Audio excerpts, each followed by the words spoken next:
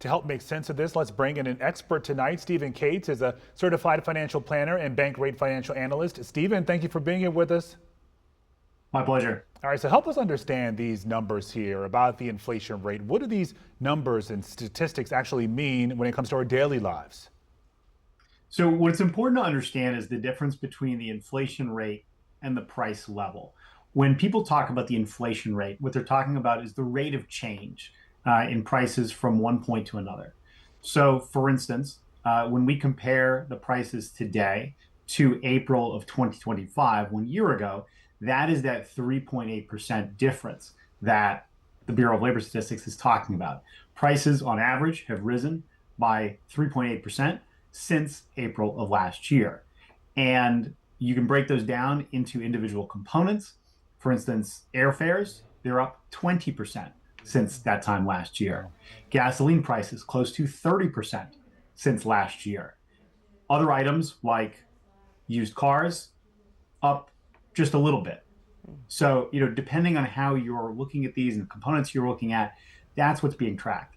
Whoa. But the last thing I'll say here just about price level is that it doesn't go backwards. The rate of inflation may fall to zero, meaning that there's no change month over month or year over year. And that's a situation that we haven't had in a long time, but it doesn't mean that prices are going to go down. And on average, they only go in one direction. That's up. We just want it to be slowly. Boy, that's interesting. Yeah. An interesting perspective to have, because I think some people equate one with the other. So the Federal Reserve has kept the interest rates relatively unchanged. The Fed say global energy prices are the problem. What do we do as everyday Americans? What kind of tools do we have to protect ourselves financially right now?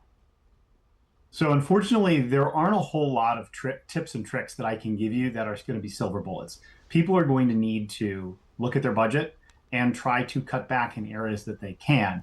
I think the gentleman that you interviewed about gas prices, he speaks for a lot of people. They are frustrated. They are tired of inflation weighing on their budgets.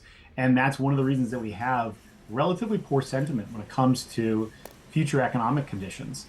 People need to think two things. One, where can I substitute for cheaper options? Where can I cut back or find opportunities to save a little bit of money? But also, how can I grow my income?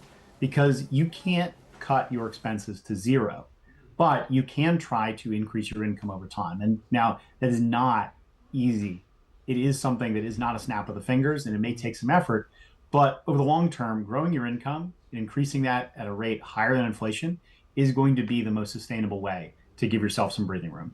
Yes, Stephen, with that said, we won't get a consumer price index update for another month or so. So between now and then, what should we be watching to figure out if things are getting worse or better?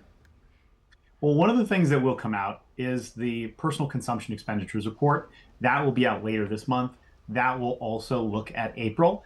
That's going to have some different weightings and some different methodology in how it looks at inflation. So it's another perspective of, again, price changes over time. That'll give us another view, and that one is actually much closer, watched more closely by the Federal Reserve. So it'll give a better indication of what they're seeing, what they're paying attention to. But ultimately, people are feeling inflation in a relatively realistic manner. This is happening in a much more acute way than the tariff cost increases that we saw through much of 2025. So this isn't really something we have to doubt whether we're imagining or not. Gas prices are higher, diesel prices are higher, jet fuel prices are higher, and it's trickling into just about every part of the economy. Higher, higher, higher. We wish it was lower, lower, lower, or at least stable. Stephen Cates, you are just the messenger, so we won't blame you for that. We're happy for your expertise with Bankrate as always. Thank you.